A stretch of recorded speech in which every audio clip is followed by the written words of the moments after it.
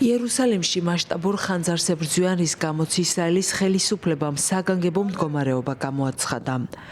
იერუსალიმის მახლობლად ესთაოლის ტყეში მასშტაბური ხანძარი 30 აპრილს გაჩნდა. ძლიერმა ქარმა და მაღალმა ტემპერატურამ ცეცხლის სწრაფი გავრცელება გამოიწვია. ათასობით ადამიანი იძულებული გახდა დაეტოვებინა საცხოვრებელი ადგილი. იერუსალიმის სახანძრო სამსახურის ხელმძღვანელის თქმით, ეს შესაძლოა ისრაელის ისტორიაში ერთ-ერთი ყველაზე მასშტაბური ხანძარი იყოს, რომელიც სწრაფად ვრცელდება. ხანძარმა დაახლოებით 1200 ჰექტარი ტყის ფართობი გაანადგურა.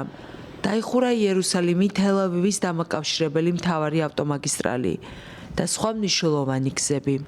ისრაელის პრემიერ-მინისტრმა ბენიამინ ნეთანიაჰუმ ხანძრის გამო საგანგებო მდგომარეობა გამოაცხადა და მოსახლეობა გააფრთხილა, რომ ცეცხლმა შესაძლოა იერუსალიმის გარეუბნებს და თავად ქალაქსაც მიაღწიოს. ვიმედოვნებთ, რომ მეხანძრეების რაოდენობა 150 ჯგუფამდე გაიზრდება. გადავწყვიტა ჩამომეყვანა საავარიო ტექნიკა, რომელიც ჩრდილოეთში ჩვენმა სარეზერვო ჯგუფებმა შექმნეს. ამჟამად 20 მათგანი უკვე მოქმედებს ტერიტორიაზე. იმედია 50-მდე ავალთ. სამუშაო ჯგუფები ადგილზე არიან, თუმცა ქარი მნიშვნელოვნად ართულებს ცეცხლის ჩაქრობის სამუშაოებს. ვესაუბრე პრემიერ-მინისტრსაც, ასევე თავდაცვის მინისტრს. ჩვენ მოვითხოვეთ სუპერ ჰერკულესის ტიპის თვითმფრინავები, რომელთა გამოყენება ნებისმიერ ამინდშია შესაძლებელი.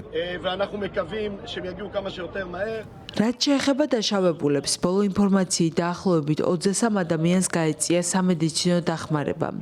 მათგან 13 საავადმყოფოში გადაიყვანეს, ძირითადად ინჰალაციური დაზიანებისა და დამწვრობის გამო. დაშავებულებს შორის არიან 2 სული ქალები და 2 ჩვილი. მსუბუქად დაშავდა 12 მეხანძრე. ისრაელმა საერთაშორისო დახმარება ითხოვა. იტალიამ და ხორვატიამ 3 სახანძრო თვითმფრინავი გაგზავნეს ისრაელში.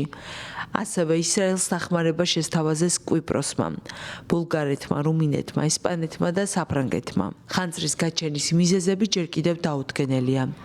არსებობს ეჭვი, რომ ხანძარი განზრახ იქნა გაჩენილი. რამდენიმე პალესტინელი უკვე დააკავეს.